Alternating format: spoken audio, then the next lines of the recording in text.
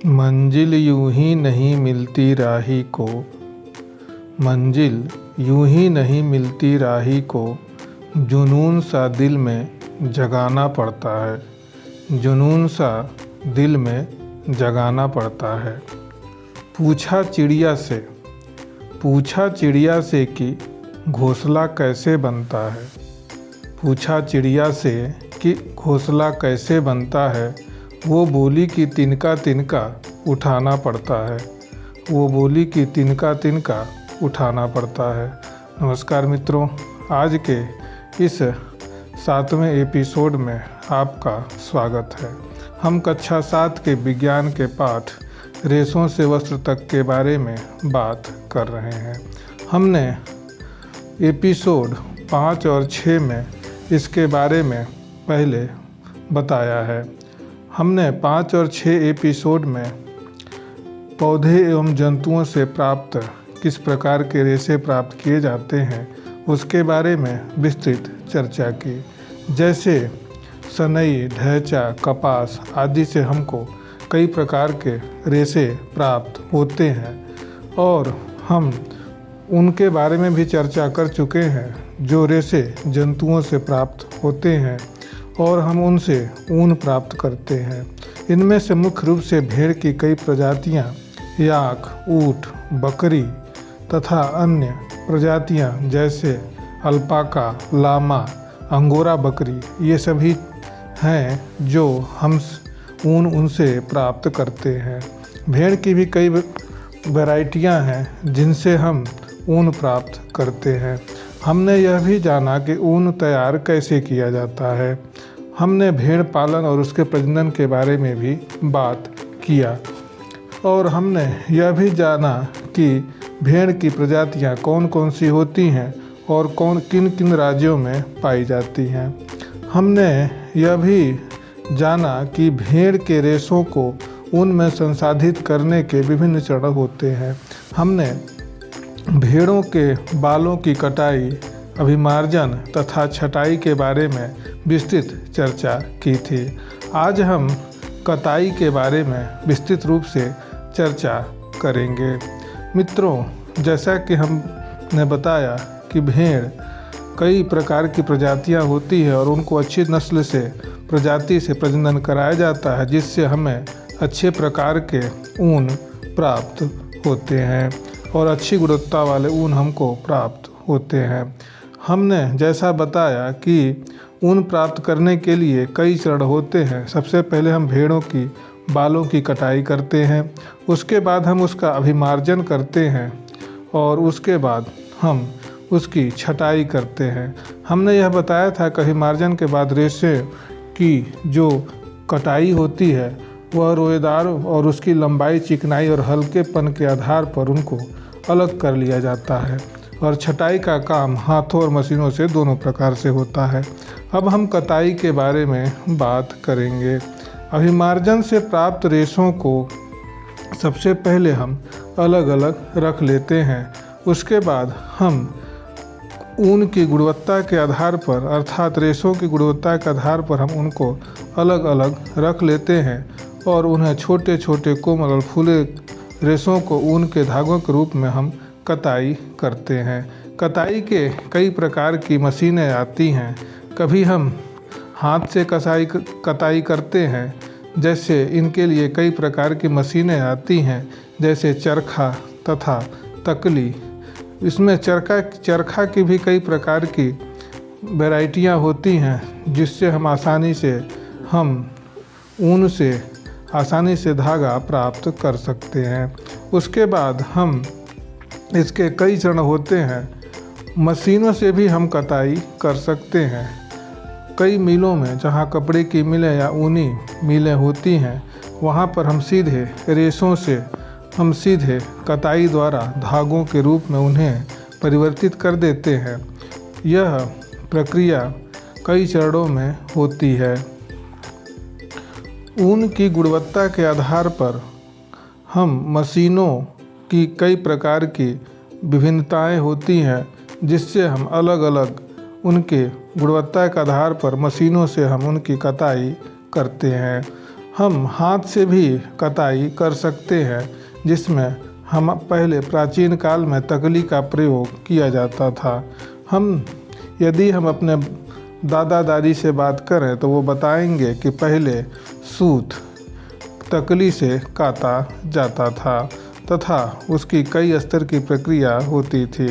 अब हम मशीनों द्वारा कताई आराम से कर लेते हैं। उसके बाद बारी आती है रंगाई की। भेड़ अथवा बकरियों से प्राप्त रेशे प्रायः काले, भूरे अथवा सफ़ेद रंग के होते हैं।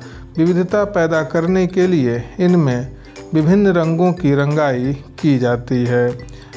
कई प्रकार के रंग होते हैं जो हम अलग अलग रंग के ऊन कलर करके रंग करके हम उसे अलग अलग प्राप्त करते हैं। इसे हम कताई के बाद ही हम ऊन के धागों को रंगते हैं। इसमें कई प्रकार की रंग बिरंगे ऊनी रेशे अक्सर आपस में उलझ जाते हैं। हम इस बात का ध्यान रखते हैं, इसलिए हम धागे बना करके ही हम ऊन की रंगाई करते हैं। उसके बाद अगली प्रक्रिया ऊनी धागा बनाने की होती है। रंगाई के पश्चात प्राप्त इन रेशों को सुलझाकर सीधा किया जाता है और फिर लपेटकर उनसे धागा बनाया जाता है तथा लंबे रेशों को काटकर स्वेटरों की बुनाई वाले ऊन में अपेक्षाकृत छोटे छोटे रेशों को काटकर ऊनी वस्त्रों की बुनाई तथा उसका उपयोग किया जाता है। जब हम धागा तैयार कर लेते हैं तो उनमें विभिन्न प्रकार के कई धागों द्वारा हम विभिन्न प्रकार के स्वेटर तैयार कर सकते हैं। यदि हम मशीनों द्वारा कताई की बात करें तो हम सबसे पहले छटाई करके हम मशीनों द्वारा उसकी कताई, रेशों की कताई करते हैं तथा इसे आसानी से साफ करने के बाद ही हम उसकी कताई करना शुरू करते हैं। यह प्रक्रिया कई चरणों में होती है। उसके बाद मशीनों द्वारा ही इसकी रंगाई की जाती है तथा यह अलग अलग मिलों में की जाती है। उसके बाद हम ऊनी धागा बनाने का काम करते हैं।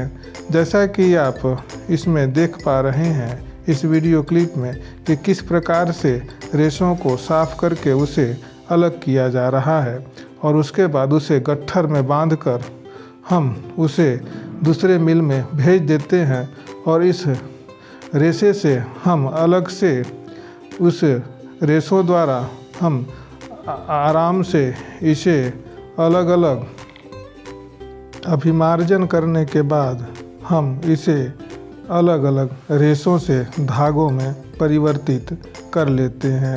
यह प्रक्रिया कई चरणों में होती है तथा इसमें काफ़ी समय लगता है।